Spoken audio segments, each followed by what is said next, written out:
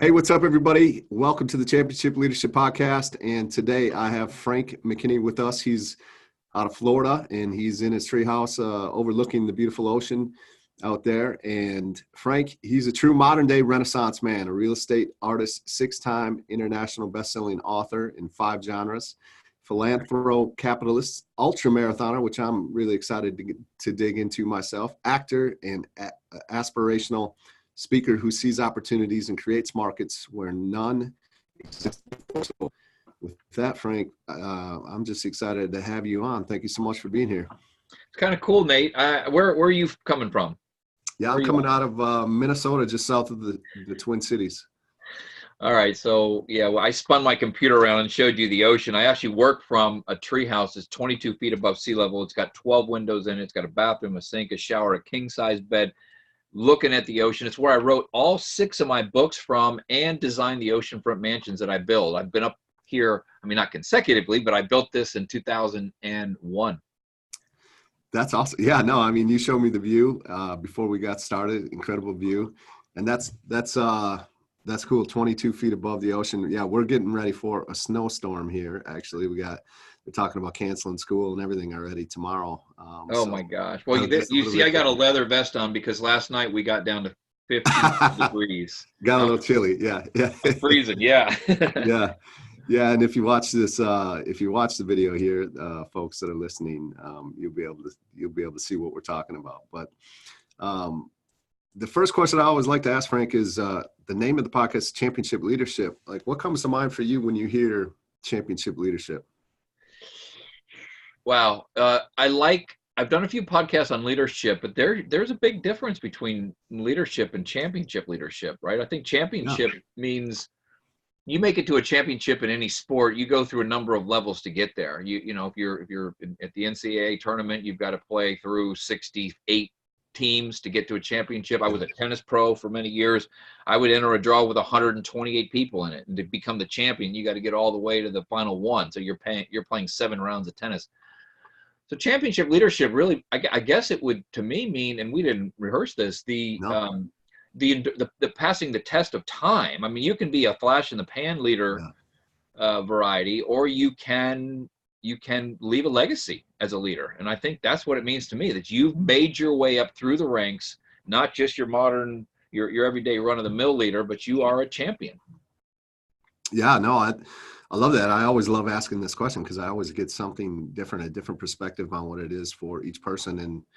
And I love that piece too. You know, it really comes down to time, which brings me to, you know, today's society, like, people want it now, right? They want the big reward, but not maybe necessarily having to go through to do what's required to get it. Like, for instance, ultramarathon running is probably a excellent segue to that, because it may sound cool to some people to be like, man, yeah, it'd be really cool to run 100 miles. And then you actually get out there to do it.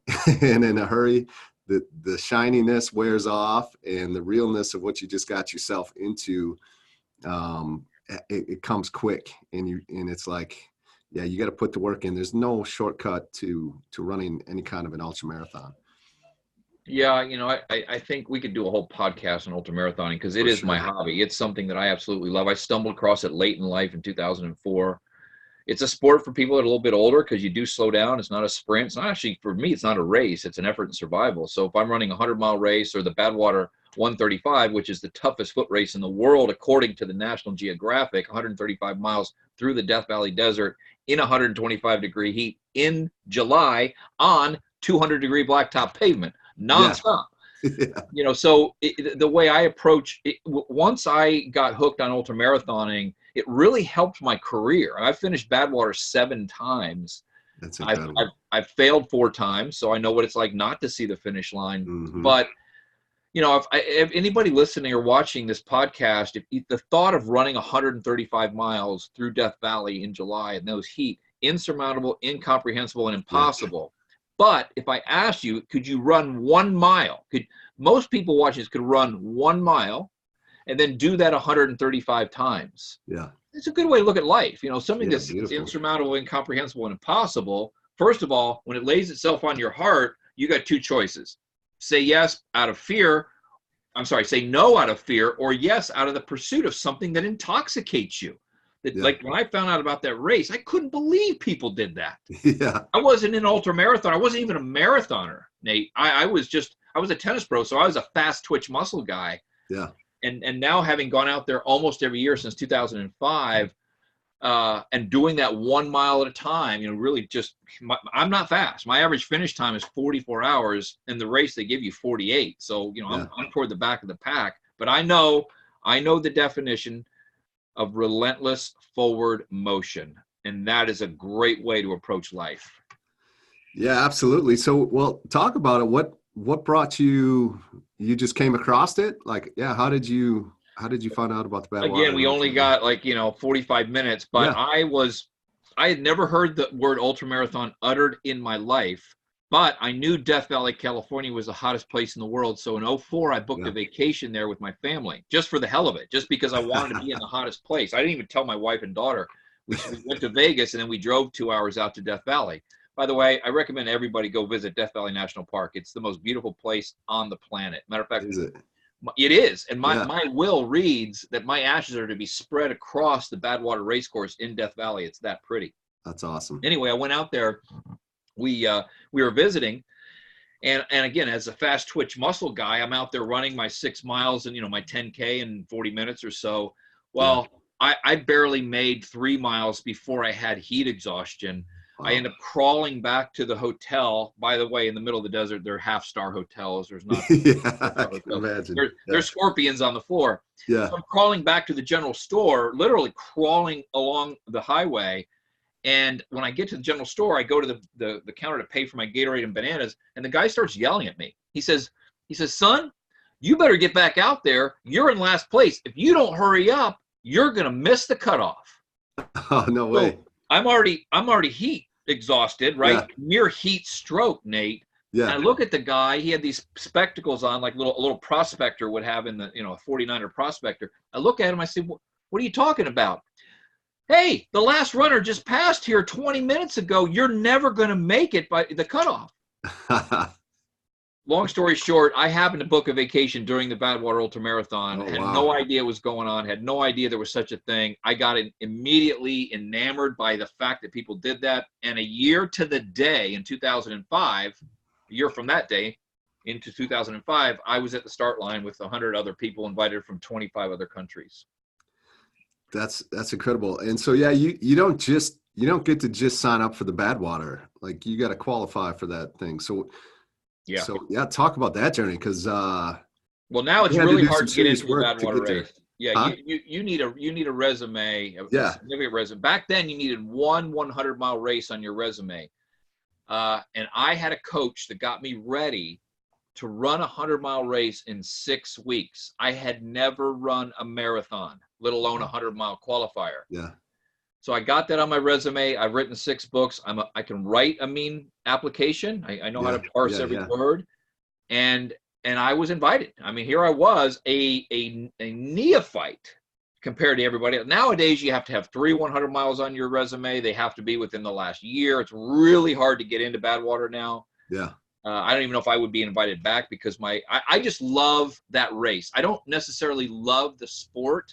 Yeah. I like the sport, but I don't love it. I love the Badwater Ultramarathon. Yeah.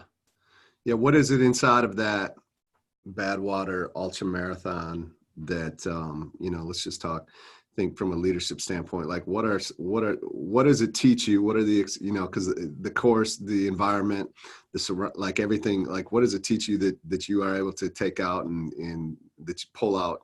My life has never been the same since that first race in 2005. And again, I've started 12 of them. That insurmountable, incomprehensible, and impossible undertaking, once you overtake it and succeed, some of the most beautiful homes that I've designed and built have happened since the Badwater. I built beautiful houses on the ocean on speculation, upwards of $50 million, meaning I build them without a buyer in mind. I have a $15 million house I just finished. I don't have a buyer. Like the Field of Dreams, build it and they will come. We hope they will come. But Badwater, once I realized I could convert myself to I wouldn't say a couch potato, but like a 6 miles was all I would really do. Yeah. Here's the statement I want everybody to focus on. Get the mind right and the money will follow. Get the mind right and the miles will follow. Yeah. What? Because I couldn't imagine running a marathon or 20 miles or now when I'm training for Badwater, I'll go out on a 50-mile training run like it's nothing. Sure. It's slow, Nate. I'm slow. It takes me 12 hours to finish it, but I will tell you that relentless forward motion that you apply to something like Badwater, either training or the race, is perfectly applicable to life. Yeah, and just think about the time required. Like you said, you'll go on a training run that's like nothing. And to most people listening, like, because I can remember not that long ago when 2 miles, the thought of 2 miles was insurmountable, almost. It was like that was a long run. Now I'm like, after running 100 miles, that's not even getting started, right? I mean, it's just right. The perspective. But I will tell you the other thing about ultra marathoning, and again, how it's synonymous with life. A marathon is a race. Like people, you're kicking your heels up and you're having this big long stride. Ultra marathoning, I had to completely change my stride. I shuffle. It's basically you keep your feet very close to the ground to conserve energy. I'm running maybe an 11-minute mile or 12 sometimes, but I'm walking about a 14-minute mile. Yeah. And I'll tell you, if you think 20 miles is hard to do, during my training, I'll typically walk a half a mile, run a mile and a half, walk a half a mile, run a mile and a half. And during that half mile, I might drink, I might eat, I might go to the bathroom or something. But if you do that 10 times, walk a half, run a mile and a half, you do it 10 times, you're at 20 miles before you know it. Yeah, right. And so and then also, like you said, Nate, that first 2 miles seems like it was really far. In training, you're really training this, because if I were to train right now for Badwater, physically, I'd probably improve my physical fitness by 5 to 10%. That's it. It's this that needs to improve by 50%.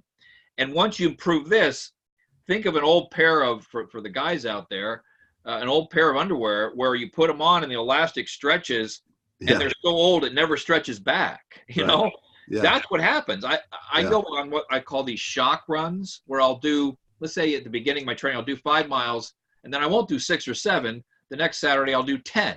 And the Saturday after that, I'll do 18.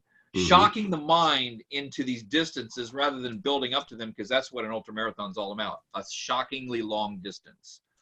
Yeah, I love it. So, well, maybe I usually ask, who are some of the people that have impacted you as championship leaders, but I want to take this maybe back to Badwater, because I can think of the people like Scott Jurek, David Goggins, Charlie Engel. Those are just race with all those guys. I raced with all those guys. Actually, I hardly use the word race because I remember in my early when Jurek won in like 05 or 06, can't remember. I remember him.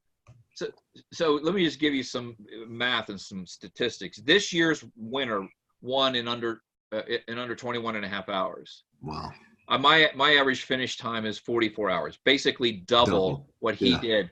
So it's hard to put that in perspective, but wherever you are, wherever your interstate is, imagine going 60 miles an hour on your interstate and a car passes you doing 120.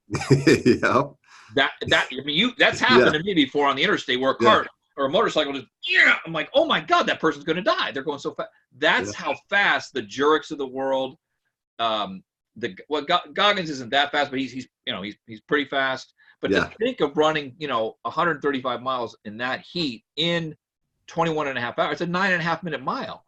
Yeah.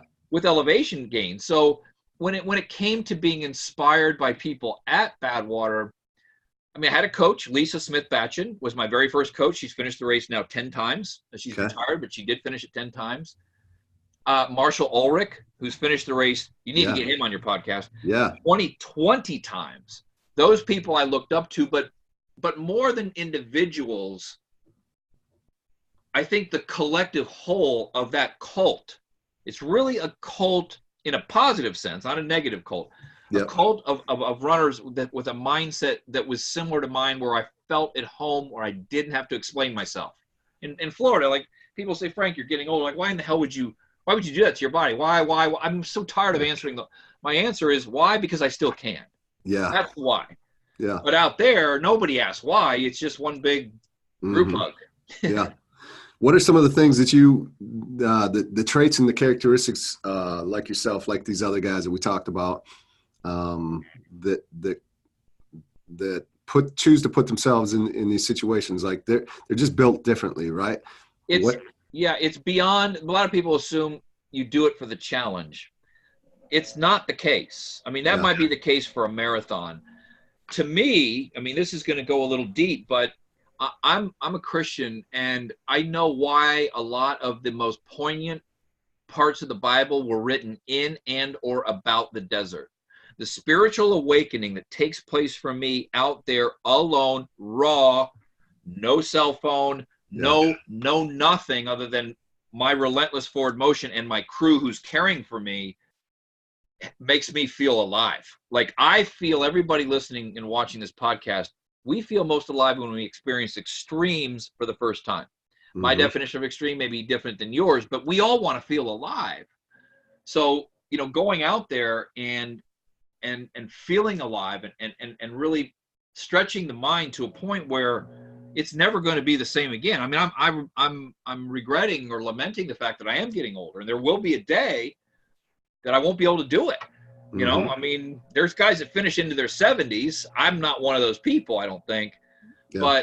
But that mindset that is forever changed by taking on something insurmountable, incomprehensible, and impossible, and it doesn't have to be Badwater, it doesn't have to be ultra marathoning. Right. I say yes more than no to opportunities because of Badwater. What's you were there this year, is that correct? Yeah. Tell us the story of what happened this year. So I love that race so much, and I have about close to 40,000 miles on my knees now. As a tennis pro, which is a lot of starting and stopping and digging into that was in my teens and 20s. And then as a fast twitch muscle person who taught tennis for a while, so I have a ton of miles hard. I mean, I'm the type of tennis player that would dive on concrete for a ball, you know? Yeah. And then all my training, I had no cartilage in my right knee. So I had cadaver cartilage put into my knee. And then stem cell put in there to help it grow back. Not because I give a darn walking to my mailbox to get how my knee feels walking to my mailbox to get my mail. I don't care about that. Yeah. I want to run Badwater again. So I went through all the surgeries and all the stem cell. I get there. I got invited. I had to run a qualifying race, which I hobbled along, and I got it on my resume. I got there, and Nate, in 500 yards, which is basically 135 meters, not 135 miles, I tore a tendon on the bottom of my right foot that wouldn't allow me to push off at all. I hobbled for about 7 miles down the road, hoping it was a cramp or something, but it wasn't. So I was out of the race before it even started. Yeah. Brokenhearted. I believe it. Yeah. So what do you take from those experiences? You know, maybe it's this year's and the other three where you didn't finish. Like, how do you take those? You know, in years past when I've DNF'd, I was so heartbroken. I would get in the car and just drive to the airport crying. I just bailed, which is selfish. I had my crew out there. They spent money to go out there. So this year I hate to say this. Well, I don't hate to say it, but it was a revelation. It might have been my best race ever, because once I was out, I was heartbroken sitting on the back of the crew vehicle thinking, oh my God, I can't believe this. But I stayed the entire 48 hours with my van, passing out all of my supplements and all my drinks and all my food. And because I've been out there 11 times, all my advice to people at mile 106 that were ready to quit. That's so awesome. Me and my one crew member went up and down the race course all day and all night, offering emotional and dietary and nutritional support for 2 days straight. And I know I saved a couple people's races, and that felt really good. Oh, that's incredible that you did that. That's so great, because I think the initial response for most would be like, I'm out of here, all tied up in themselves, and probably tying some of their worth to, man, I didn't finish this race. Yeah. And it happened to me, Nate. I mean, there were years past that I was so inconsolable Mm-hmm. breaking things in the van and sprinting to the airport in Vegas and I was on a plane at 1 year. I DNF'd at mile 27 because I had a heart problem. And my heart went into AFib, which had never happened before. I was on a plane home before the race was even finished. Yeah. That's how quick I got the freak out of it. No more. That was just so selfish. And this year taught me a lot about myself. That's great. What's let's talk a little bit, maybe shift gears. You're an author, internationally acclaimed author. And so where did that come from? You've talked about being a tennis pro, running marathons. You design incredible homes on the ocean with no buyer in sight, yet.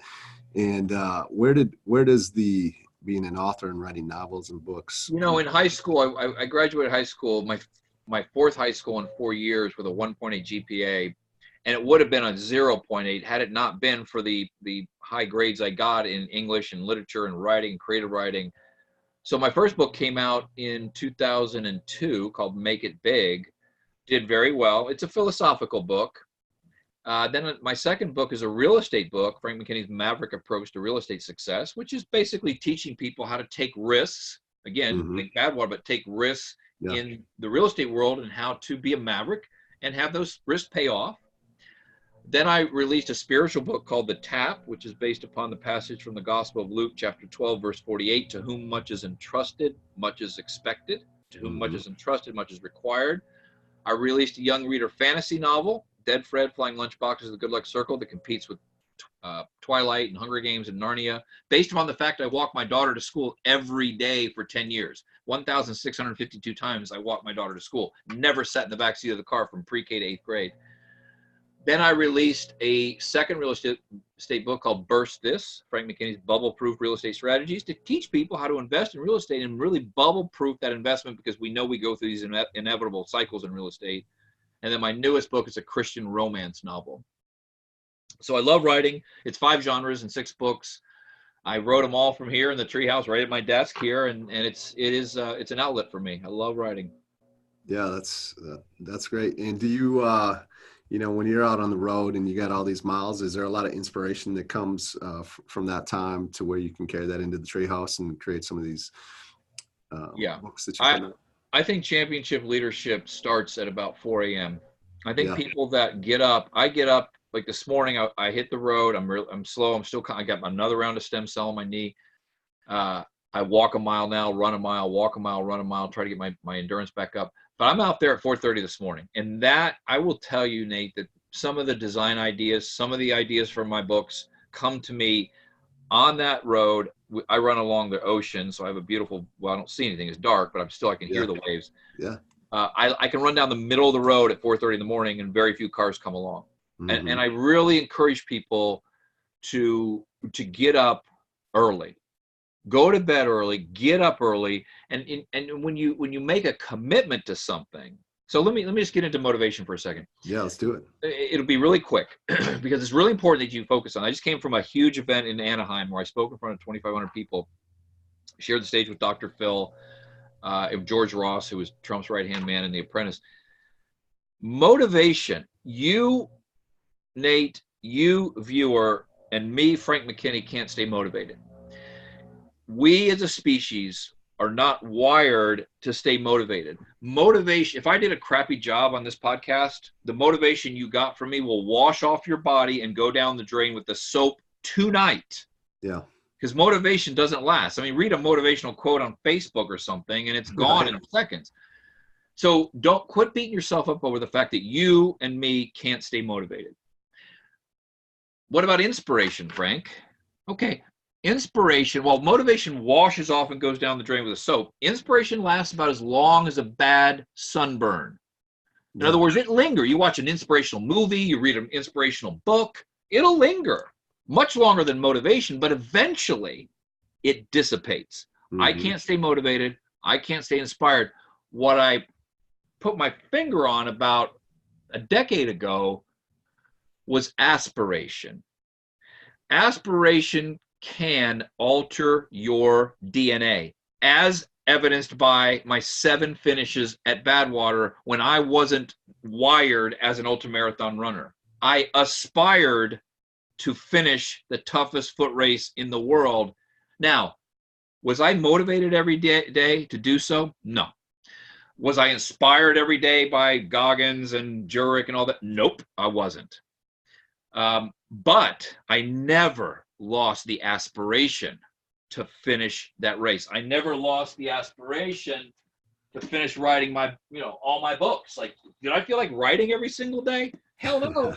But I aspired to be a best-selling author. So I kept at it. Same thing with running the charity. We run a huge charity in Haiti where we built 27 self-sufficient, 27 and 28 now, in the poorest country in the Western Hemisphere. I aspired to run a charity in the poorest country in the Western Hemisphere. You can't you can't motivate to that or inspire to that, because it'll wear off and you'll bounce from one thing to the next. So I encourage you, 2 simple exercises.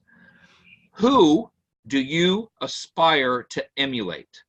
You asked me that a second ago at Badwater, like, who did I aspire to emulate? Who did you look up to? That is a fun exercise in life. And what legacy do you aspire to leave behind? When you, those are 2, I got a bunch of other questions, but those are 2 simple ones. If you can identify who you aspire to emulate, to copy, to be like, and identify what legacy you want to leave behind, you're off to the races. You won't let go of that. Whereas some mornings you're going to hit the snooze button and not feel motivated. You're going to feel sick or whatever. But I never lose sight of my aspirational ideas and endeavors and dreams. Never. Yeah, that's an incredible distinction to have, and one that's missed on many, I think. And so, yeah, thank you for that. And and to play into that, I think, is championship leaders, they have a great vision, and obviously you have a great vision. You've done a lot of different things, from being an author to tennis pro to ultra marathons at the highest level. Like, for people that are hearing us talk about the Badwater, like, if you don't know what it is, you're probably just like, yeah, whatever. It's just like, no, go Google the Badwater or watch a quick YouTube video to really try and get it. You don't have to. I think we're discrediting what it really is, because it's like crazy. You don't have to listen. It's really important. Just because you and I are passionate about ultra running, you don't have to be into ultra running to understand the metaphor that is the Badwater 130. Maybe it was let's say it was a fake thing. I mean, maybe it never existed, but to run 135 miles in that heat for that far, for that long, as far as nonstop, you tie that. I've given a talk called Conquering Your Life's Badwaters. And I use Badwater as the metaphor for everybody else's Badwater, because it's not going to be the actual race. There's thousands of individual Badwaters, insurmountable, incomprehensible, and impossible things that lay themselves on your heart, Nate. And what are we going to do? Most people run away from them instead of embracing them and aspiring to complete them, whatever they may be. Yeah. Well, that's why I love having guests like yourself on here, because it's something that people can aspire to if they really are open, and they can hear and listen to these messages and hear the stories. So what is the vision for Frank McKinney? Like, what do you see yourself doing, or where are you headed over the next 5 years? If you go to my website, which is just my name, frank-mckinney.com, you can see some of the houses I've built. This one I just finished on the ocean a month ago or 2 months ago. It's my final masterpiece. I've been doing it 30 years. I'm retiring from building spec houses after this one sells. I'm going to continue to write. I'm going to continue to do the villages in Haiti. I'm kind of dabbling in ministry a little bit, because I think people in business need to hear, not pulpit pounding or Bible thumping, but they need to hear. I went through the Bible a couple times, cover to cover, and I extracted references to succeeding in the business of life. Not just to saving your soul, which is important, but for those of us who are in business, what does the Bible say about that?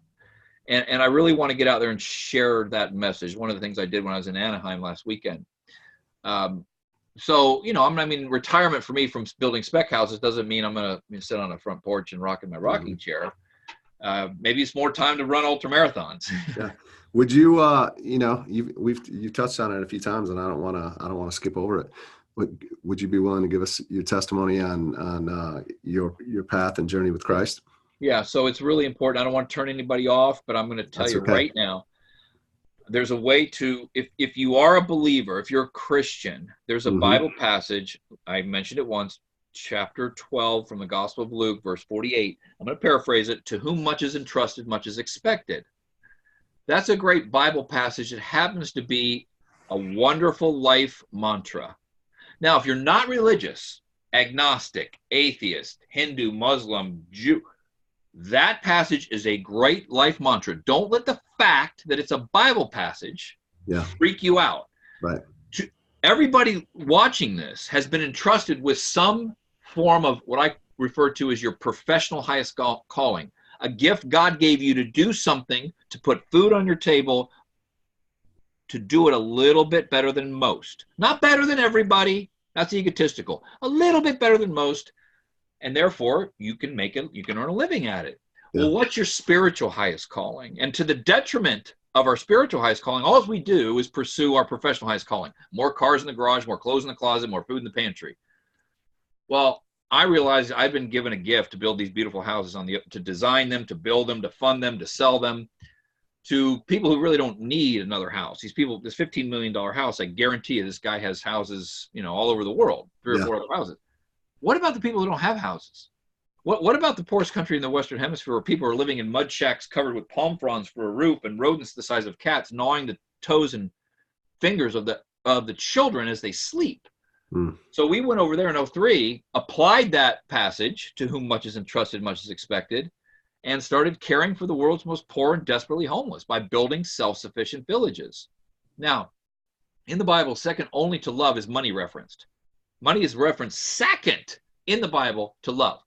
So to be a responsible steward for the blessings God's giving you, which, and that's not just money, it's time, talent, and treasure. To be a responsible steward, when you're on your knees praying for more at night, inventory your prayer sometime.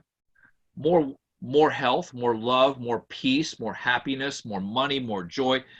Most prayers contain some form of more, and God wants to reward you with that form of more, but what are you doing with the more you already have? Yeah. What are you doing as a responsible steward for the blessings you already have? It's not a futuristic prayer, it's a now prayer. And I always wanted to be a modern day Robin Hood. I'm sorry, forget that. When I was a kid, I wanted to be Robin Hood, period, not modern day. And I get to play Robin Hood. I sell to the rich, and we build villages over there for the poor. So if Christ was roaming the earth today, not with a robe on and sandals and a rope around his, but with multicolored hair and a leather vest. Because it's cold. What would he do now?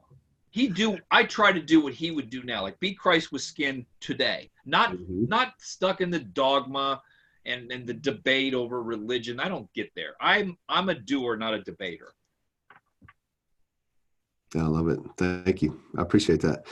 What's this is something I always like to ask, and I'm interested to hear yours. Is we all have a turning point, significant, critical moments, or defining moments in our life where, had we decided to maybe go left instead of right, you'd be in a completely different place. You wouldn't be in a treehouse on the ocean. You could be doing something completely different, just a total different path. But you, the ability to recognize those moments and the courage to take the decisions that you did has you where you are right now. Is there a moment that you think of top of mind? Yep, I know we're running out of time. I got 2 of them. One was I was in juvenile detention as a young boy. I was locked up 7 times before the age of 18. And I remember being in there realizing you got to quit this self-destructive behavior. I mean, I didn't know too much at 18, but I knew I had to stop that. And I left Indiana with a $50 bill and a one-way plane ticket right out of juvenile and came to Florida and never went back. I swore off all unhealthy vices and temptations. And I also realized, Nate, and now, I see a therapist and all that because I'm a pretty complicated guy, that I have an addiction to excitement. That addiction to excitement can come in a self-destructive way, or the outlet can be self-destructive, or it can be constructive.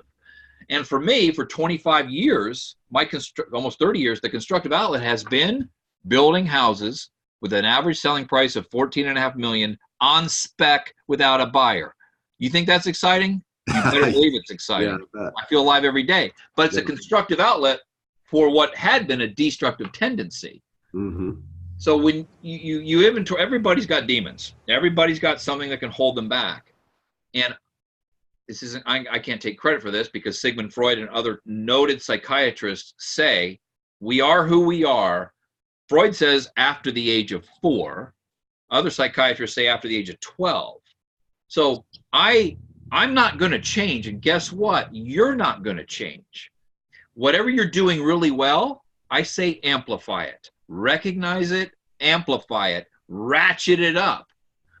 Whatever you're not doing well, in my case, self-destructive behavior, I'm probably not going to change that. I'm going to take it as it's wired into my synapses and redirect it into something constructive. It's another thing that gives you a little, weight off the shoulders. It's like, I can't change. I'm never going to change. I can't. You're right. You're not going to change. Whatever's frustrating you, redirect it into something constructive and watch what happens. Yeah. Yeah. What are a few ways that we can find out more about you, and they can follow you, get a hold of your books, things like that, that are aspired to do some of the things that you're doing? The best thing to do, really, if you want to have a lot of fun, is go to Frank-McKinney, so dash, not underscore, but frank-mckinney.com. There's all 6 books are there with sample chapters, so you can read those for free. Not the whole book, but you can read a sample chapter. Now, by the way, if you buy a book from us or on Amazon, it provides 200 meals in one of my orphanages. One book, on average, between 150 and 200 meals in one of our orphanages, where children were eating mud patties flavored with bouillon and lemon juice. They were eating them. At our orphanages, they're eating 2-part protein, 1-part carbohydrate. Awesome. So go to the website. You can see the books. You can see the villages we're building in Haiti. We've built, of the 27 houses, I've been in 21 cities, so you can kind of take a tour of the whole country of Haiti and see where we're building. You can see the beautiful houses that I have built and the one I just finished, which is the best I've done out of all 44. And you can see where I'm going to be speaking. It's just in Anaheim, and maybe if I'm in your area, you can come and you can come see me. But it's a very entertaining, very interactive website. It's updated almost every day. Yeah, absolutely, and we'll definitely get that linked up. What's last question? What book are you working on now? Am I writing or reading? Writing. Writing. I have a sequel to the one I just released, the Christian romance novel that I owe my publisher. So I'm working on that one right now. And then as far as reading, I'll tell you what. The best marketing book you can possibly read, if you read it from a marketing perspective, is Charlie and the Chocolate Factory. Yes, Willy Wonka. Read it from a marketing perspective. That guy was brilliant. I love it. Yeah. Great. And with that, thank you so much for taking time today to be with us. And I've had a great time. I could continue to keep going on, but I know I want to respect your time as well. So thank you so much for being here. Thanks, guys. And remember, motivation washes off. Aspiration wears off like the effects of a bad sunburn, but aspiration can alter your DNA. Go aspire. Thank you.